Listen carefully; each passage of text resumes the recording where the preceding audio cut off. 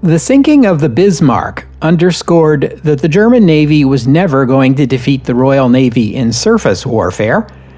The Kriegsmarine now had no choice but to turn to what had always been its greatest strength, submarine warfare. Welcome to the history of the 20th century.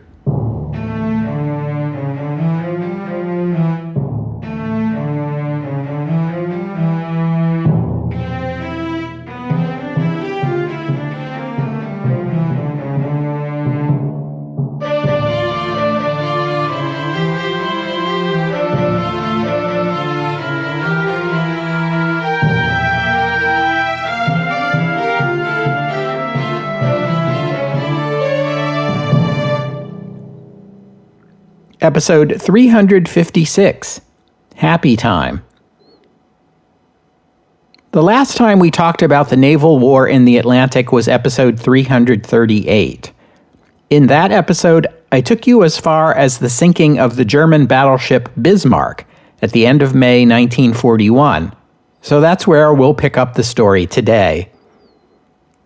Actually, let me back up a bit to January 25th, 1941, to make note of an important development in Anglo-American military cooperation during the period before the U.S. was officially in the war.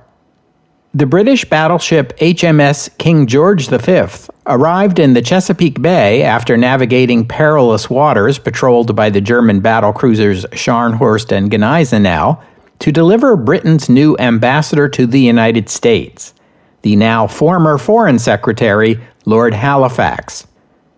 Churchill believed Halifax would be useful in the effort to bring America into the war.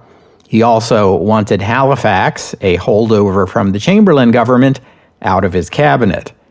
Anthony Eden would succeed him as Foreign Secretary. Quite contrary to proper protocol, President Roosevelt took the presidential yacht Potomac into the Chesapeake to welcome Halifax in person. Halifax did not make a good first impression with Americans. He began his new duties by going fox hunting in Virginia. Fox hunting was Halifax's favorite pastime, but this only reinforced the worst American stereotypes about British leaders, that they were silly, impractical aristocrats, concerned mostly with preserving the privileges of their class and expecting others to do their dirty work for them. When HMS King George V returned to Britain, it brought along a team of American cryptanalysts with a valuable gift, a replica purple cipher machine. Purple wasn't its color. Purple was the U.S. code name for the Japanese diplomatic code. The Americans had cracked the code and were coming to Bletchley Park to share their success. Now the British, too, could read Japanese diplomatic messages, which proved very useful, beginning in June when the British were able to read the message from Ambassador Oshima in Berlin to the Foreign Ministry in Tokyo, alerting them that a German invasion of the Soviet Union was imminent. The Americans don't seem to have gotten much in return. The cryptanalysts at Bletchley Park did not give them a replica Enigma machine, or much insight into the process of decrypting Enigma. This was due to the British belief that American security was lax and that Americans could not be trusted with such sensitive information. They did give the Americans documents that laid out how Enigma worked and how the rotors were wired, although they did not share how they got this information. This was the period German submariners called Die glückliche Zeit, the happy time, when German U-boats and surface raiders were picking off alarming numbers of British merchant ships. In spring 1941, Germans were sinking some 600,000 tons of merchant shipping in the Atlantic every month. The combined shipbuilding capacities of the UK and Canada, plus U.S. Lend-Lease support, amounted to barely 100,000 tons per month. U.S. Chief of Naval Operations Admiral Harold Stark predicted that at this rate, the British might have to capitulate in another 6 months. The Americans pitched in by lending 2 million tons of shipping to the British and, additionally, turning over some 600,000 tons of German, Italian, and Danish ships docked in American ports. The U.S. opened its shipyards to Royal Navy warships in need of repairs and assumed responsibility for ferrying Lend-Lease aircraft to the UK, which would ease the demand for merchant ships somewhat. One route would take the planes from the U.S. to Brazil, then across the Atlantic at its narrowest point to Africa, then north to Britain. This required the cooperation of the Brazilian government and upgrades to airfields in and around the Brazilian city of Natal, in the northeast of the country, on that bulge that juts out into the Atlantic Ocean. A second route flew the planes from the U.S. to Newfoundland, to Greenland, to Iceland, and then on to Britain. The British were not simply relying on American assistance to survive the U-boat threat. On March 4th, a force of nearly 600 British and Norwegian commandos, supported by the Royal Navy, landed in the Lofoten Islands off the coast of northern Norway. They caught the Germans by surprise and sabotaged industrial facilities, sank ships, and captured hundreds of German and Norwegian prisoners. But all that was merely to cover the real purpose of the raid, which was to capture an Enigma machine. Commandos boarded a German armed fishing trawler, and the crew of 13 waged a stubborn but futile holding action while the ship's captain threw his Enigma machine overboard just before he was shot and killed. Bad luck, but although the machine was gone, the commandos seized the 2 spare rotors and the tables of daily rotor settings for the next month. This information, along with what was gleaned from the capture of U-110, which I told you about in episode 340, was sufficient to allow Bletchley Park to decrypt all German Navy messages for a while and get a better understanding of how the Kriegsmarine used Enigma and what sort of messages were typical, which made it easier to crack the naval version of Enigma, which you'll recall was the one the codebreakers had the most trouble with. By May 1941, Alan Turing and his colleagues at Bletchley Park had solved the problem and were now able to read German Navy messages. That was the same month Bismarck was sunk. The loss of this mighty battleship, the pride of the German Navy and of German engineering, was a blow to the German war effort, not to mention painfully embarrassing. You'll recall that Adolf Hitler responded to this loss by ordering an end to raids in the Atlantic Ocean by surface ships. Finally, at long last, and belatedly, Hitler and his naval commanders reached the conclusion they should have reached a year or more ago, that Germany's best option in the effort to blockade Britain was not a small number of expensive surface ships, but rather large numbers of cheap and easy-to-produce U-boats. This would mark a major turning point in the Battle of the Atlantic. Large numbers of U-boats was exactly what the German U-boat commander, Admiral Karl Dönitz, had been recommending all along. The U-boats had been sinking impressive numbers of British merchant ships with relatively few boats. In the early months of 1941, there were often no more than 6 U-boats on patrol in the North Atlantic at any given time. Dönitz told his superiors that if he could have 100 U-boats on patrol at any given time, he could choke off British overseas trade entirely. To reach this number would require a total U-boat fleet of around 300 U-boats. Meanwhile, the British were working on improving their anti-submarine procedures.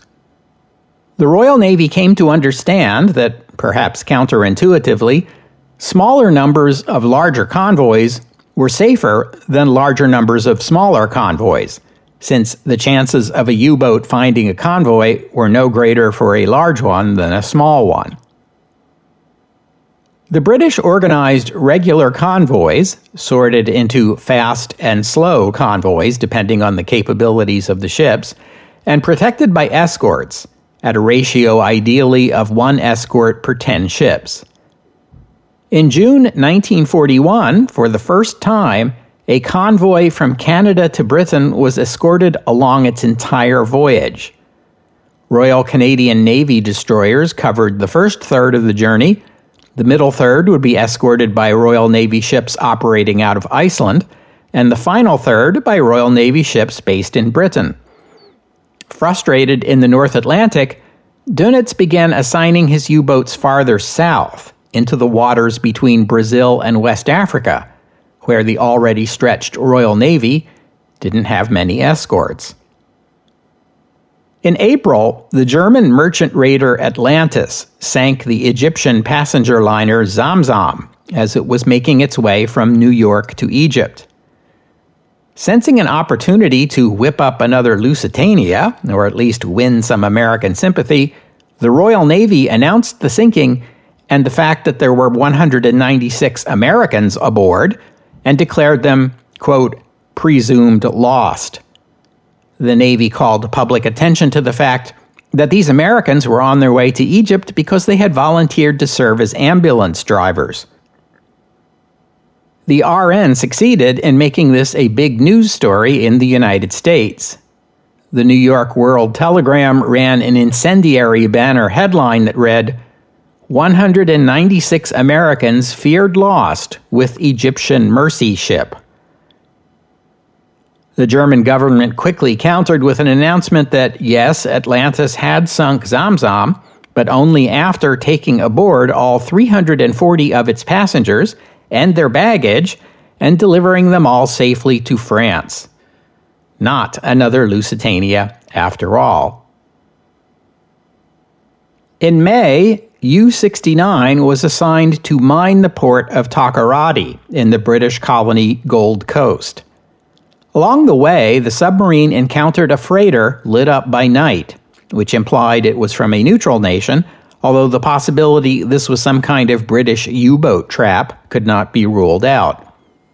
The U-boat hailed the freighter by signal lamp and demanded it identify itself. The answer that came back? Robin Moore. There was no Robin Moore listed in Lloyd's Register, which made the U-boat captain suspicious. He got even more suspicious when dawn came and he could see the name Exmoor painted on the ship's stern. He demanded that the ship explain itself. Its captain came over to the submarine on a boat with his ship's identification papers and manifest. The ship had recently been purchased by an American company and its name changed, he explained. The U-boat captain claimed he saw the word guns on the ship's manifest.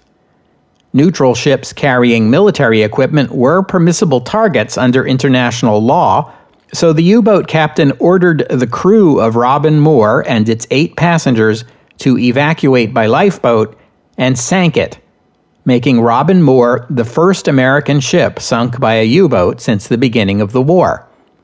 This was also in direct violation of his orders, which were not to attack any American ship.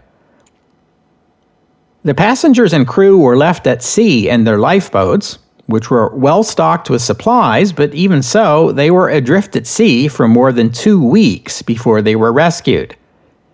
The Roosevelt administration condemned Germany for the sinking, ordered all German and Italian consulates in the United States closed, and froze German assets in the U.S. Despite this blunder, U-boat patrols in West African waters otherwise were racking up impressive victories. From March to May, a total of 8 U-boats were responsible for 72 ships sunk, a total of 388,000 tons, which helped make up for the tighter convoys in the North Atlantic.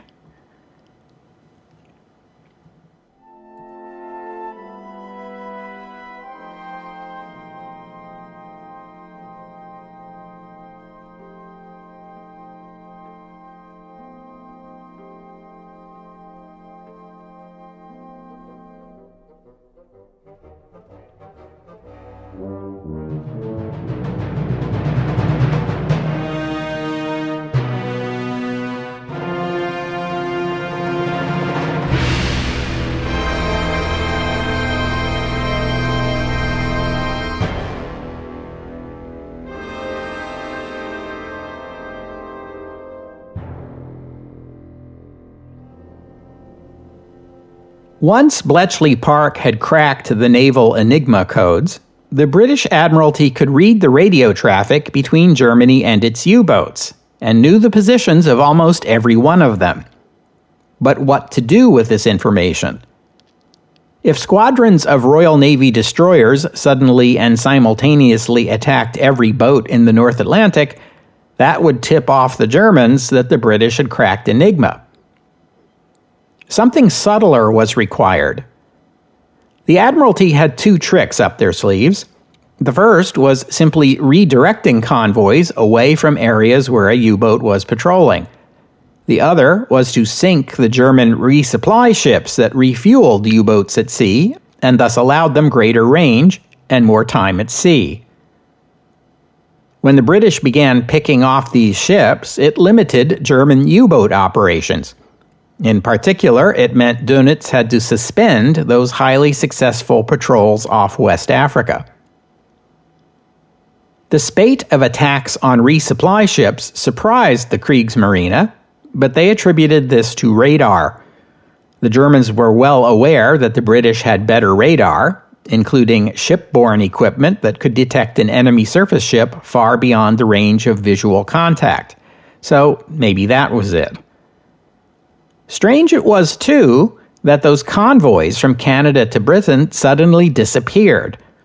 The Germans suspected they'd been rerouted to the far north, past Labrador and Greenland, and even sent a U-boat up there to investigate this possibility, but the boat found nothing. The numbers of ships sunk began to plunge. It was the end of happy time. Dönitz suspected the enemy was getting information about the deployment of the U-boat picket lines somehow, so he introduced a different plan under which the U-boats would patrol in grids, so there would be no gaps a convoy might slip through. The numbers of sinkings began to rise once again. Still, the British had other weapons at their disposal. One was Huff Duff, the system that could identify where a radio signal originated. The Germans were familiar with triangulation as a means of locating a radio transmitter, but triangulation took time, so U-boats were instructed to reply to messages from Germany with very brief transmissions. Yes, meaning, I will follow that order, or no, meaning the U-boat was not able to follow that order for one reason or another. What the Germans didn't know was that Huff Duff worked almost instantly, and even these short transmissions were enough to pinpoint the boat's location. Then there were aircraft. Coastal Command was the third arm of the RAF, besides Fighter Command and Bomber Command, but it was treated like an unloved stepsister. Bomber Command was constantly calling for more bombers and promising if it had them, it alone could force German capitulation, and usually it was Coastal Command who were forced to provide them. Coastal Command could fly patrols from Britain or Iceland or Nova Scotia, which could help escort convoys or hunt for U-boats with their onboard radar sets. When a U-boat was found, a plane could attack the boat with airdropped depth charges. Trouble was, in 1940 and 1941, Coastal Command's record was poor. The planes frequently got lost. They flew too high to make optimal use of their onboard radar. More than half the time, the U-boat spotted the plane first and dove underwater. And when these planes did drop their depth charges, they seldom succeeded in damaging the enemy. New planes helped, including the American Catalinas and B-24 bombers, both of which had longer ranges and could carry greater loads than the planes the British were previously using. As was the case with bombers, British scientists did statistical analyses that helped identify ways to improve Coastal Command's disappointing record. The undersides of Coastal Command planes were painted white to make them harder to see from below.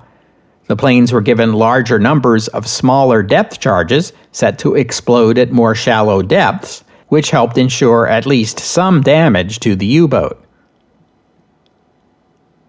On June 22nd, With its U-boat campaign struggling and its bombing campaign over Britain suspended, Germany invaded the Soviet Union. The British had doubts over how long the Red Army could hold them back.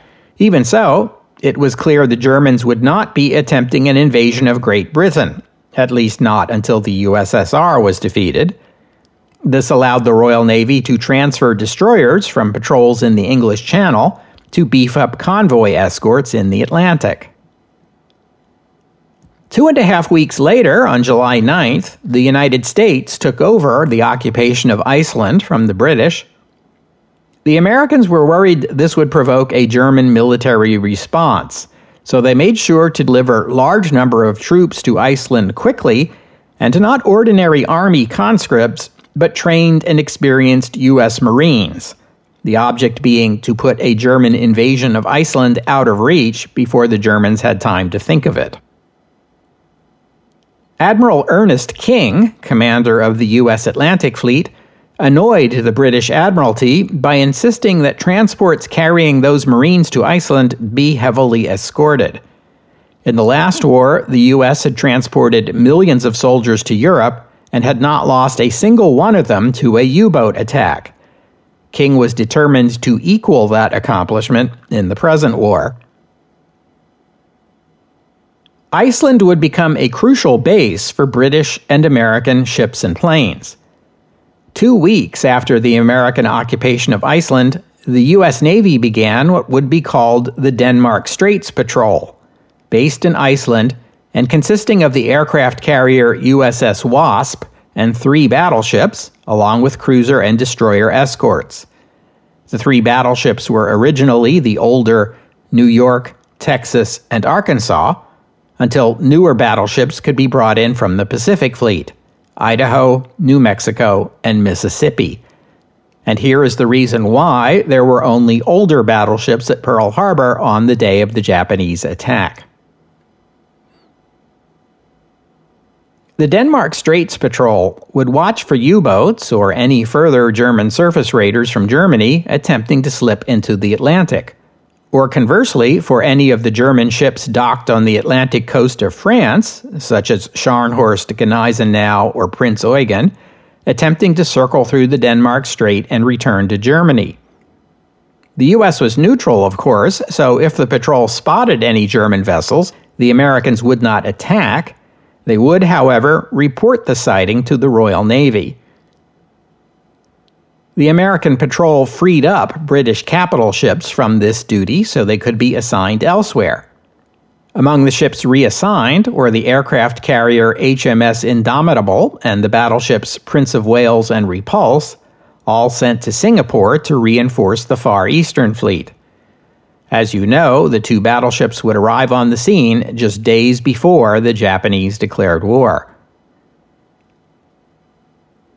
The Kriegsmarine was infuriated by these American patrols, which they saw as flouting the laws of sea warfare. The U-boat chief, Admiral Karl Dönitz, appealed to his superior, Admiral Erich Raeder, Commander-in-Chief of the German Navy, for permission to attack the American ships. Raeder in turn took the request to Adolf Hitler, but Hitler refused. He told Raeder that the Wehrmacht would need another 1 or 2 months to complete the campaign in the East, and that it was vital to avoid hostilities with the USA until then. After Russia was defeated, things would be different. The Luftwaffe would be free to return to the West, and the fall of Russia would dampen the enthusiasm of those brazen Americans. Speaking of the campaign in the East, it also had a naval component. The German Navy was supreme in the Baltic Sea, but there was the Soviet Red Banner Fleet stationed at Leningrad. This included 2 old battleships, 3 cruisers, 47 destroyers, and some 70 submarines. The Germans weren't too worried about the surface ships, but the submarines gave them pause, while the Soviet side was wary of German surface ships bombarding Leningrad in support of Army Group North's campaign to take the city. In the end, neither side took offensive action. The Soviets mined the entrance to the Gulf of Finland to keep the Germans out. The Germans mined the entrance to the Gulf of Finland to keep the Soviets in. Unfortunately for Admiral Dönitz, though, U-boat training exercises, which had hitherto been conducted in the Baltic, had to be relocated to the Norwegian coast.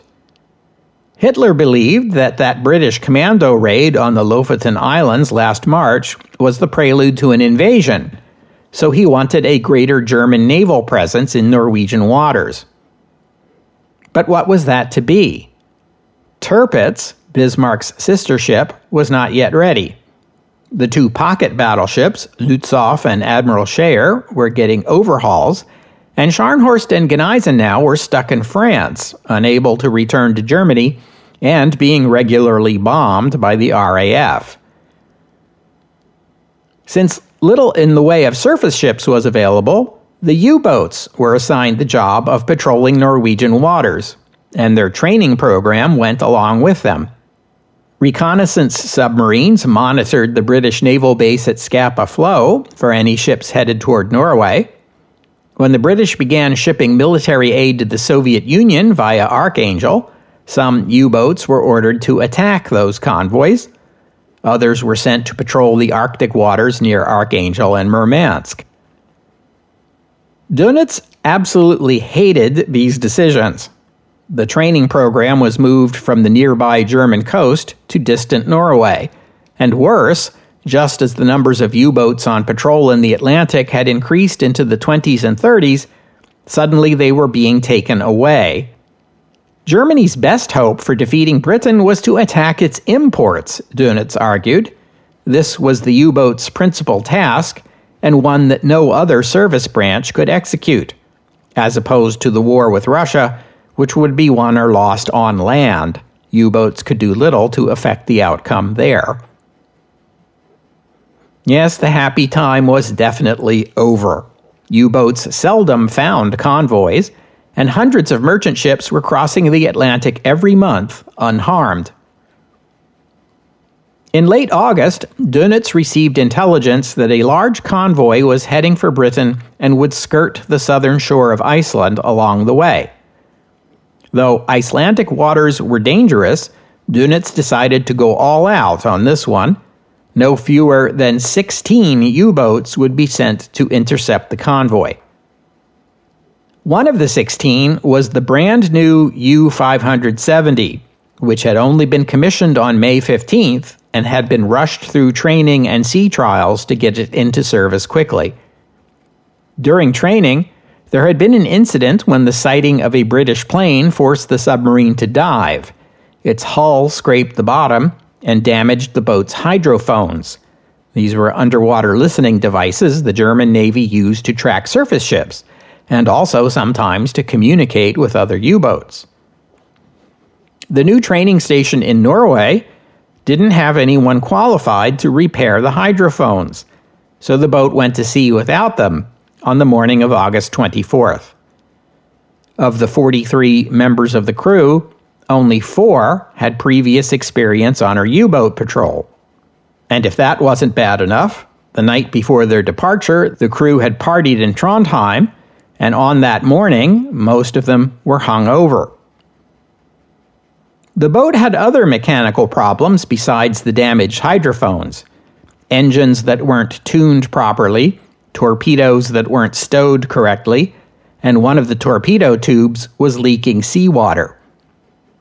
The seas were rough, and many in the inexperienced crew became seasick. Since the deck of a U-boat can only accommodate a few people at a time, sailors were forced to vomit into buckets inside the sub. Soon, the air reeked of it. Anyone who wasn't already ill got sick from the smell. August 27th found U-570 80 miles south of Iceland, searching for that convoy. That morning, the captain ordered the boat to submerge for a few hours to give the crew a break from the endlessly churning waves. Then he raised the boat to search for the convoy. The boat surfaced, and the captain went topside to have a look around.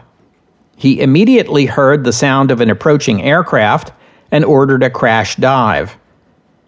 The aircraft was an RAF Lockheed Hudson, based in Iceland, part of Coastal Command, and it had found the U-boat with its radar.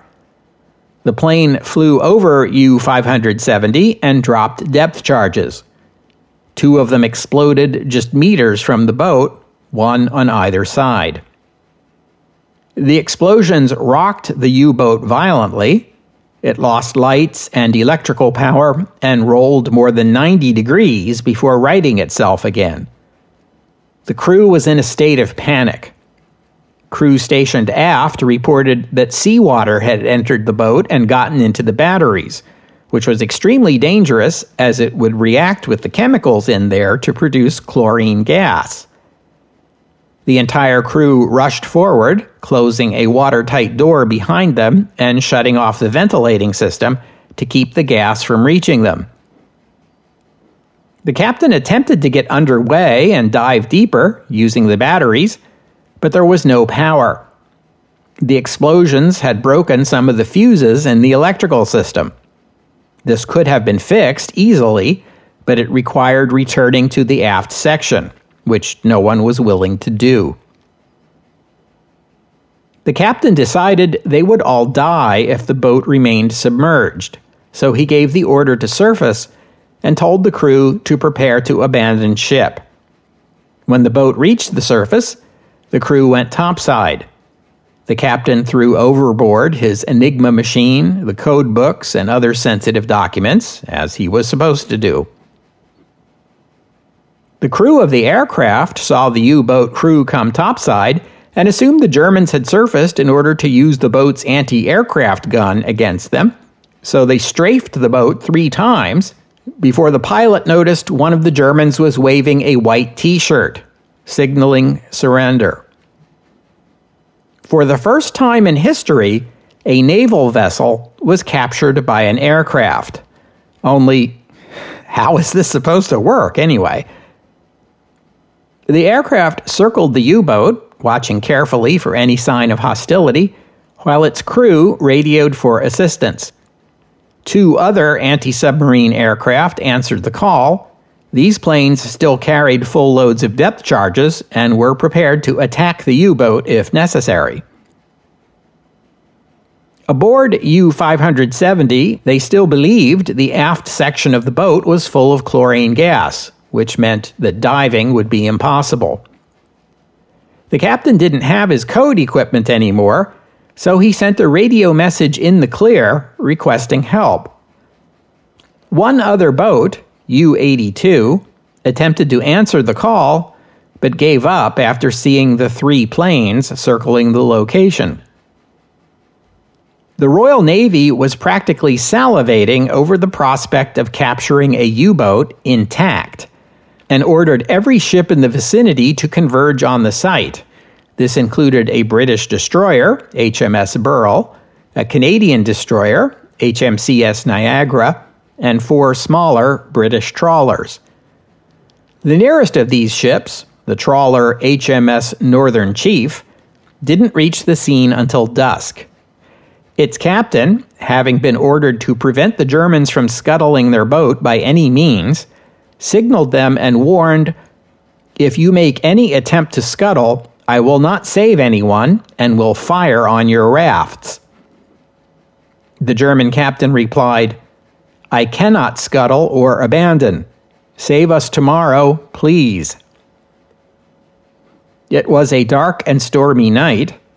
The restless waves rocked the U-boat and further immiserated the crew. By dawn, the other 5 ships had joined Northern Chief. The British destroyer captain assumed command and began to devise a plan. If they attempted to evacuate the crew, the Germans would surely scuttle the boat as they departed, so he ordered the Germans to remain on the boat while he tried to figure this out. Meanwhile, a Norwegian crewed anti-submarine plane came by, and apparently not impressed with the fact that 6 Allied warships were nearby, bombed the U-boat until the British commander managed to contact the crew by radio and ask them to stop. The Norwegians asked if they could please bomb the Germans some more. Just a little bit? The British commander said no, and they left, disappointed. The attack by the Norwegians understandably left the German crew suspicious of Allied intentions. The British tried to throw them a tow line, but the Germans were reluctant to take it until a British machine gun opened up on them, injuring 5 of the German crew.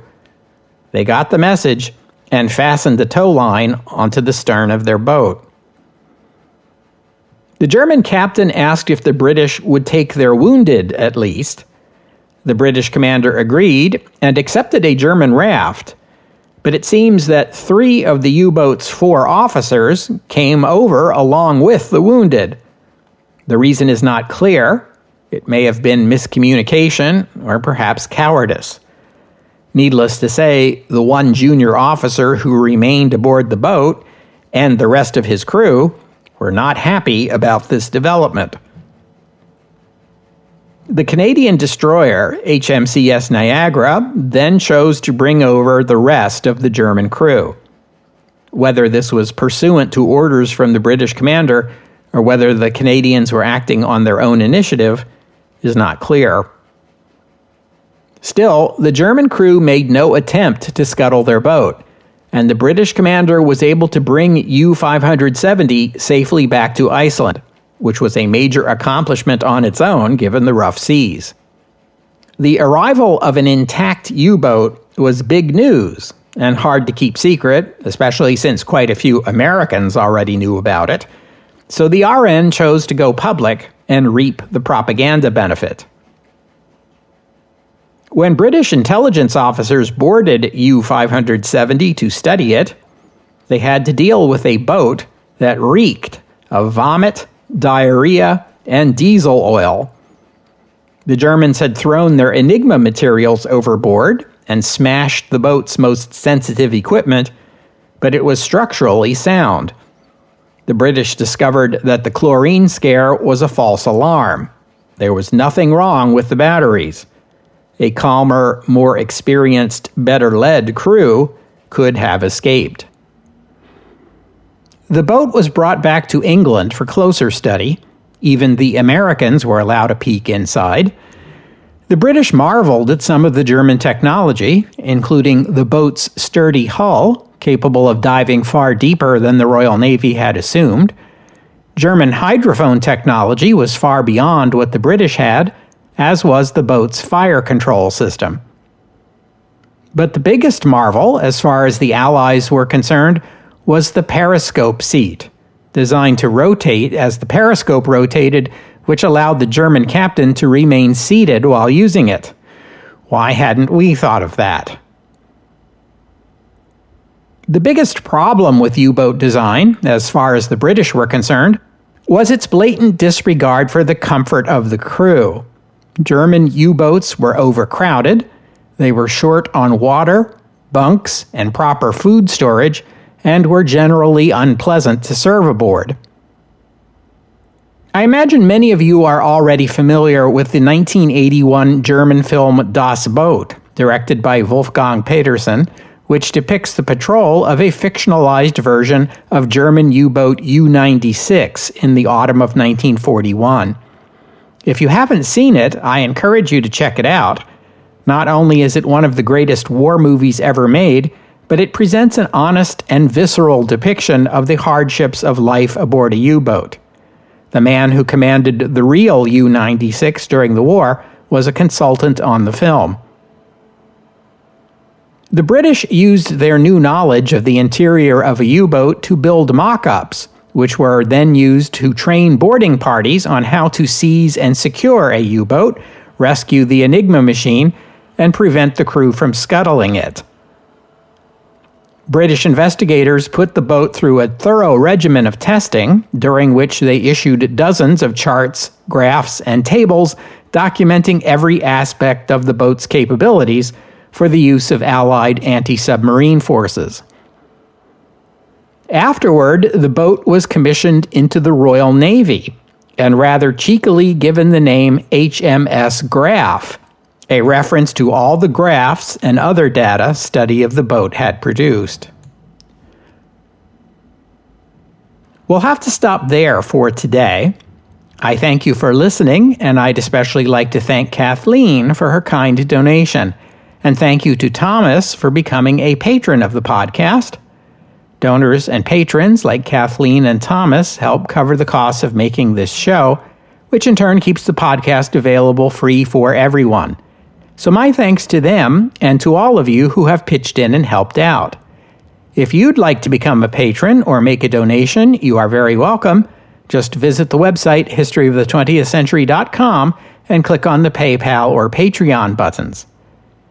The podcast website also contains notes about the music used on the podcast, which is sometimes my own work and sometimes licensed, but most of the time the music you hear here is free and downloadable. If you hear a piece of music on the podcast and you would like to know more about it, including the composer, the performers, and a link to where you can download it, that would be the place to go. And while you're there, you are welcome to leave a comment and let me know what you thought about today's show. Next week is a bye week for the podcast, but I hope you'll join me in 2 weeks' time here on the History of the 20th Century as we return at last to the land war in Europe and North Africa, the Soviets' counterattack in the East, the British counterattack in Africa, and the new allies, the UK, the US, and the USSR, size each other up. No retreat in 2 weeks' time here on the History of the 20th Century. Oh, and one more thing. Speaking of films about German U-boats, some of you might also be familiar with the 2000 American film U-571, directed by Jonathan Mostow. This film is a fictionalized version of the capture of a German U-boat, though it takes a serious historical liberty by depicting Americans, not British, as capturing a naval Enigma machine. In fact, more than a dozen naval Enigma machines were captured by Allied naval forces in the course of the war, including one by the U.S. Navy and one by the Royal Canadian Navy. Both of those incidents took place in 1944, by which time the Allies had already cracked the naval Enigma codes. It was the earlier instances, including the capture of U-110 in 1941, that provided the information needed to crack the naval version of Enigma, and these were all achieved by the Royal Navy. The filmmakers changed the heroes of the story to Americans, apparently for commercial reasons. This change did not go down well in the UK, where the film was condemned as an affront to British sailors and an attempt to rewrite history.